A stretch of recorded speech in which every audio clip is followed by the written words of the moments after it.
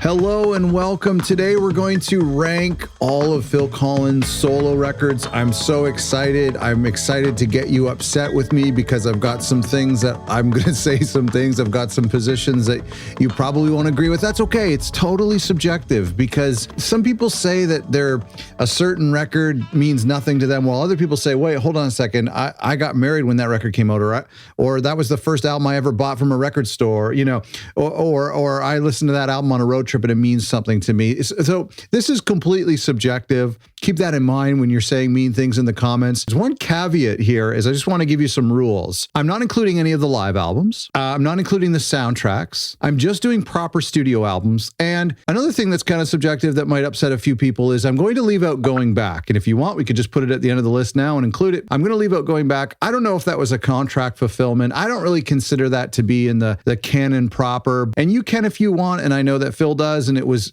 part of the reissues. That's fine. I don't, because it was all covers and it was like almost identical to how they were done.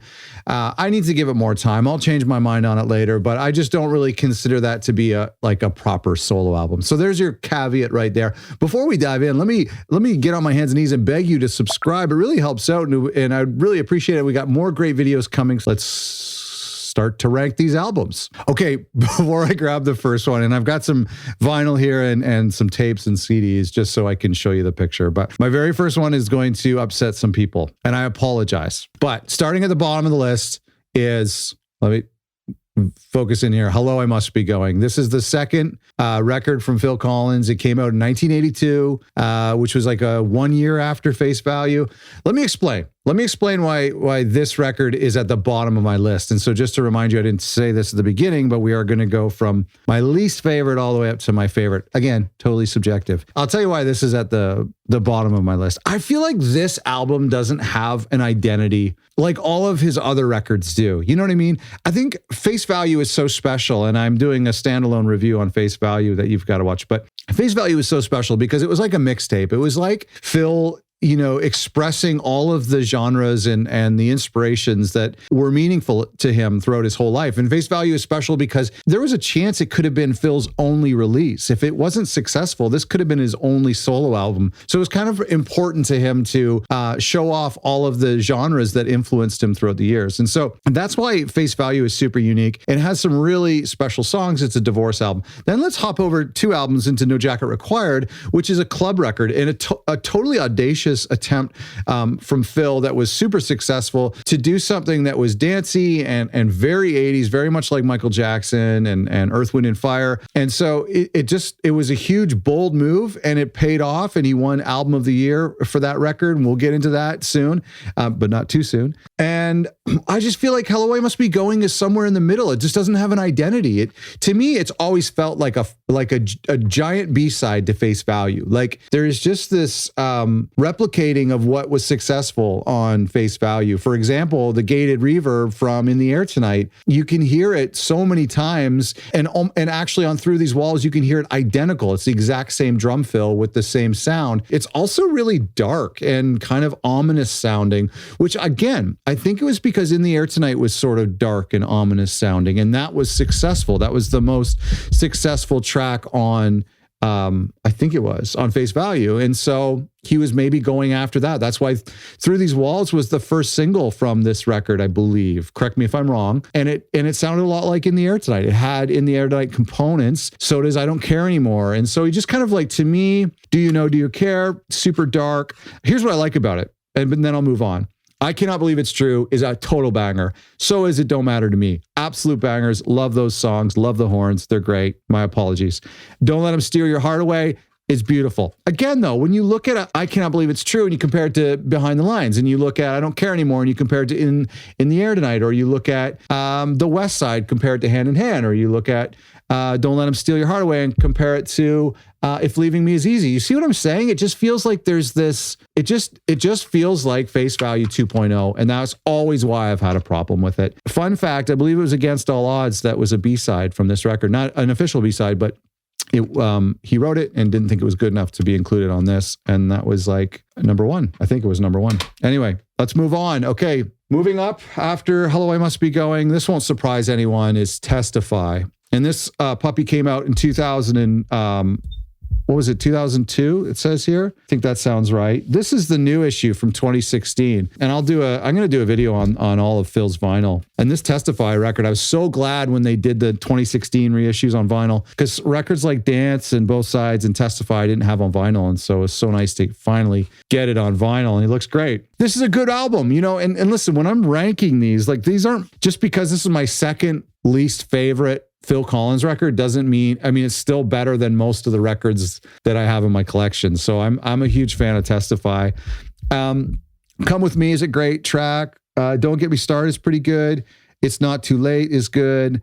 This Love, This Heart reminds me of Both Sides. I think the best songs on it, and they're actually in a row here. The Least You Can Do is probably one of the most underrated Phil Collins songs of all time. I absolutely love that track. I think it's so good. I think Daryl co-wrote it. Can't Stop Loving You, which is technically a cover, but was a huge hit. Went to #1 in the adult contemporary charts. And I love Can't Stop Loving You. Such a beautiful song, still today. Taylor Swift covered it, his version.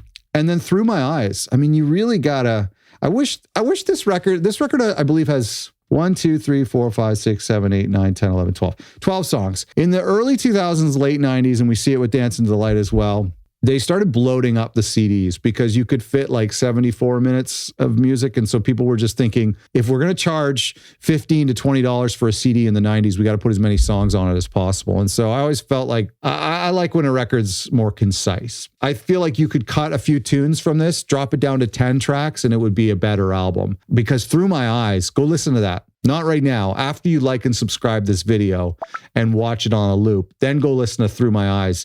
It is one of the best songs on Testify, and oh, such a good track. Okay, where am I going to put these?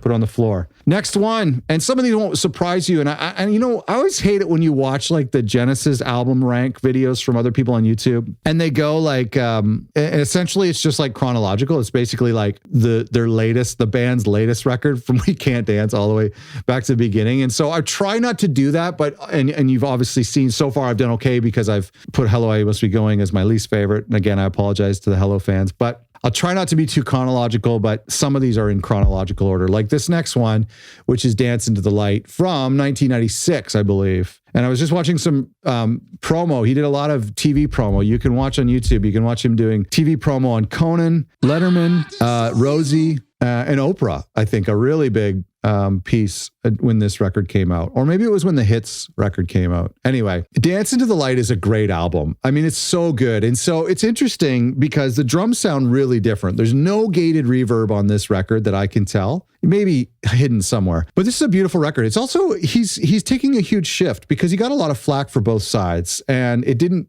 do as well as But Seriously. And so he even makes in the comments like that there's no drum machines used on this record. And so he brings in those tons of horns that you would have heard on Hello, and you would have heard on No Jacket and definitely on But Seriously. So he brings the horns back. This has a real like Latin, Caribbean, Afro-pop vibe in some of the tunes. Obviously, Wear My Hat, Dance to the Light, Lorenzo.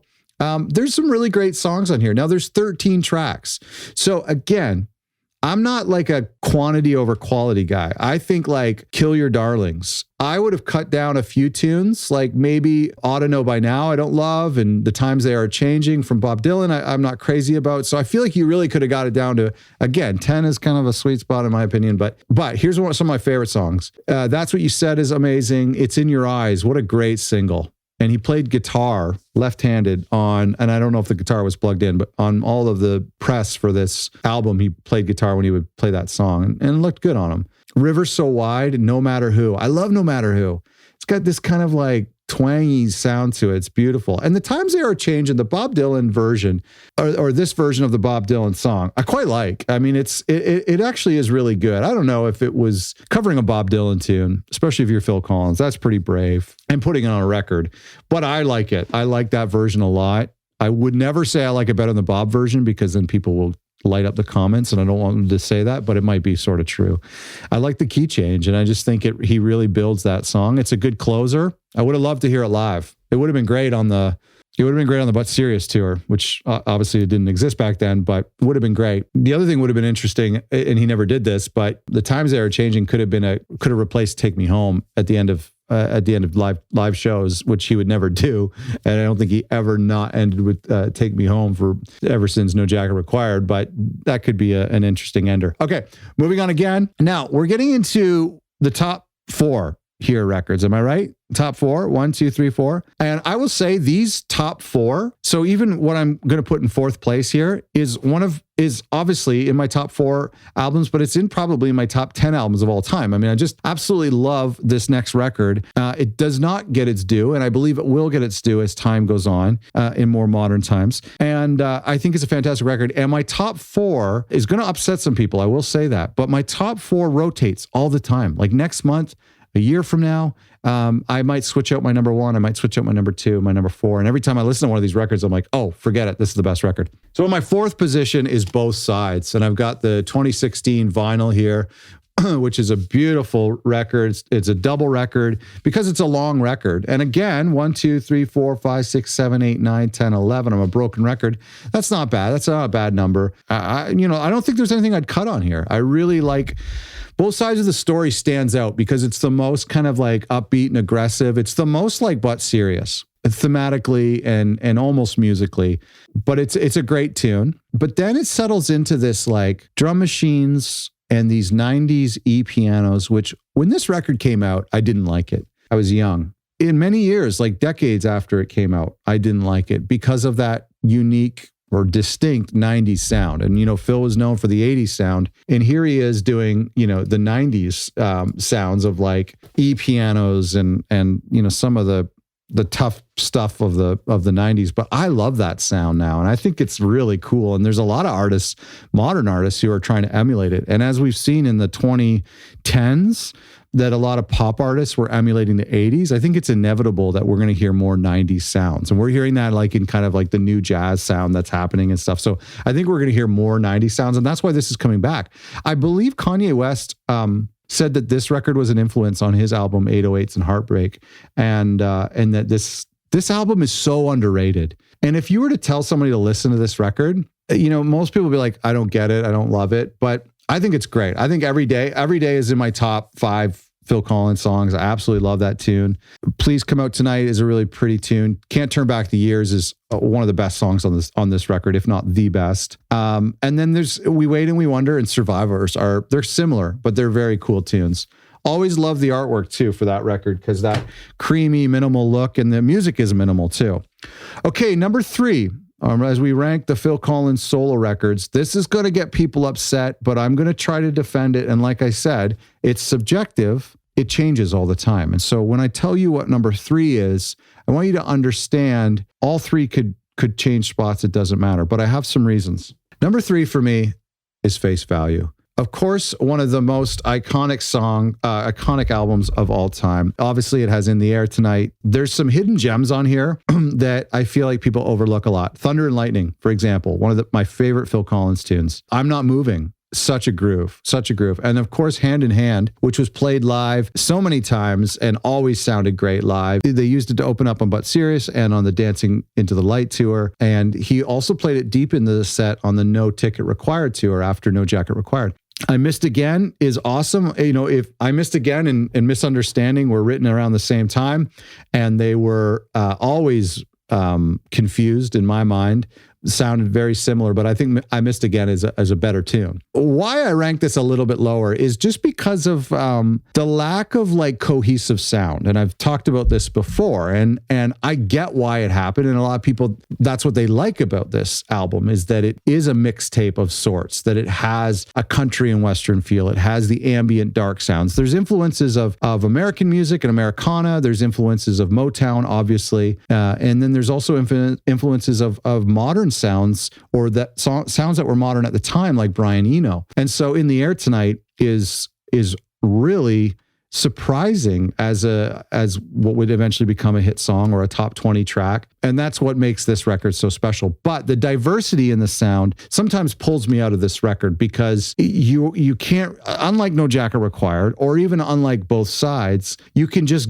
sink into this groove and always know what you're going to get and stay within the same mood. That's what I love about Both Sides, is it's super slow and mellow and very, very slow tempo, mid-tempo drum machines and smooth keyboards. Whereas this, you can go from In the Air Tonight to This Must Be Love, which is a good transition, and then a big banger like Behind the Lines, which is a great Genesis tune as well. And then The Roof is Leaking comes out of nowhere, which is kind of a weird tune in my opinion. So I just feel like it's a little bit more sporadic towards like the middle from I Missed Again into Thunder and Lightning, or like with the You Know What I Mean as kind of a segue. It's a great record, and I apologize to anyone who's upset that I'm putting it in at number 3, but I just feel like I had to clarify that. Number 2, which is going to give away number 1, so stick with me here, is No Jacket Required. I'll tell you, one of the best things, and this is where the vacillation, if that's a word, happens, because between my 1 and 2 switches out all the time. And oftentimes I'll bring Face Value up into number 1, but I'll tell you what I like about this. Super concise, 10 tracks, right? 10 tracks? Yeah, 10 tracks. They all sound the same in a good way. I mean, they all have the same production quality. Long way to go. Deviates a little bit, but it just feels like kind of a little quiet moment in the record. But every banger could have been a hit. There are a lot of hits on this record, a lot of songs that stayed in the live show forever. The No Ticket Required tour, which you can watch on video, is such a great set list. And then you have songs that are life-changing songs like Sussudio and Take Me Home. Another thing I love about this record is that the worst songs on these records are incredible. Whatever you would call the deep cuts, or like not the hits, not the singles, would be Inside Out, Doesn't Anybody Stay Together Anymore, and maybe Long Way to Go. And those songs are amazing. Inside Out is like one of the best penultimate tracks on a record. Just such a great tune. Sounded good live as well. Doesn't Anybody Stay Together Anymore is an underrated track, and I know it's a deep cut favorite of a lot of fans. It's a beautiful tune, a tune he played for Prince Charles and Lady Diana just before they separated, which is funny. But No Jacket Required, I love it because it's super concise. He trimmed it down to just 10 tunes. He left the man with the horn off, thankfully. Just down to 10 tunes. And they all sound great, and they all sound like they're from the same session, same musicians, same instrumentalist, same producer. And I love that about an album. For me, that's a big deal. And some people would disagree, but I love when a record, and this is what I like about Invisible Touch, and I'll do a review about Invisible Touch sometime, and we'll talk about it there as well. And also going all the way back to other records like Foxtrot or Trespass that have a cohesive sound. That's really meaningful for me in a record. And I think that is what albums became in the 70s, where instead of just a collection of singles in a cardboard box, which was the original concept, it became something where it was this statement of these songs that were recorded in the same studio in the same moment that represented even the same lyrical themes. Obviously, we see that on The Lamb. We see the same thing with What's Going On, Marvin Gaye. And so many great records from the 70s and 80s were popular because they had that cohesive sound. So that's why I love No Jacket Required, not to mention the songs are total bangers. To me, that's my summer record. Number 1, I hope some people agree with this, but seriously, and I've got the 2016 reissue. I have the 2016 reissue of everything except for Hello, I Must Be Going and Going Back, but I'll get those one day if I see them. I just wasn't in a hurry. But seriously, I'll tell you why. Now, I should mention that No Jacket Required, which was in second place. I should mention that was that won Album of the Year at the Grammys, which is a huge deal. A Record of the Year, Album of the Year. The song that won Record of the Year a few years later was Another Day in Paradise, which is from But Seriously, and I believe is Phil's longest number 1. I think it was maybe 5 or 6 weeks. I can't remember if Groovy Kind of Love was on the charts longer than that, but Another Day in Paradise won the Grammy for Song of the Year or Record of the Year. I can't remember which one it was. I love But Seriously the most because I think it's sonically deeper than No Jacket Required or Face Value. I think it's a better listening experience. And the other thing that I think was really amazing is that on No Jacket Required, he found this recipe, right? He found this recipe of like drums and 808s and synthetic sounds and really brash synthesizers and Moog sounds and all that kind of Taurus bass sound. And he found this sound and he won Album of the Year and sold millions of records and did really well. Why didn't he replicate that? We saw that with Face Value into Hello, I Must Be Going. Why didn't he replicate that sound? Instead, he decided to get serious, no pun intended, and to be a little bit more serious with the music as well. And it kind of goes back a little bit to Face Value, bringing in really great musicians, a lot more horns, and a lot more richer compositions on songs like Colors and Find a Way to My Heart. It is really surprising that he didn't fall into the trap of sticking with that 80s sound. And now this is coming out in what was this 1989? Okay, I remember it in 90. I think I saw him in 90 on the tour. So he could have kept doing, and a lot of those artists kept pumping out those 80s sounding records. And here he does something completely different, and he's rewarded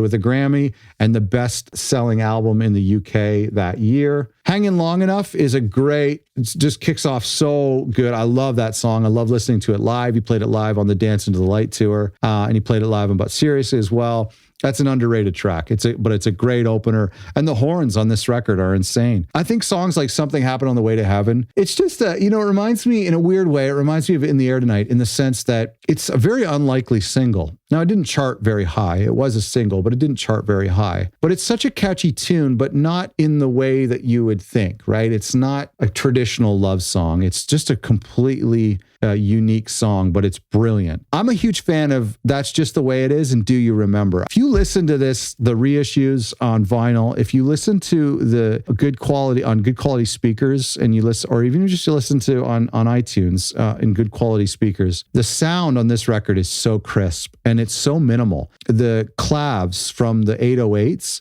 it's just so crisp, especially on Do You Remember? And I love the marriage, and we don't hear this on No Jacket Required, but I love the marriage, and we don't hear it on Face Value because there wasn't as many synths and drum machines back then, but there was a CR78, of course. But on here, I love the marriage of stuff like the 808 and 909 with real instruments, real drums, real horns. That's what I love about this record. My favorite Phil Collins song of all time, this changes a lot, but I don't think it'll change, is Find a Way to My Heart. I think it's such a fantastic song, and it's a great closer on this record, and one of the reasons that this record is my all-time favorite. Obviously, it had some hits like I Wish It Would Rain Down and Another Day in Paradise, which I would say are probably my least favorite tracks on the record.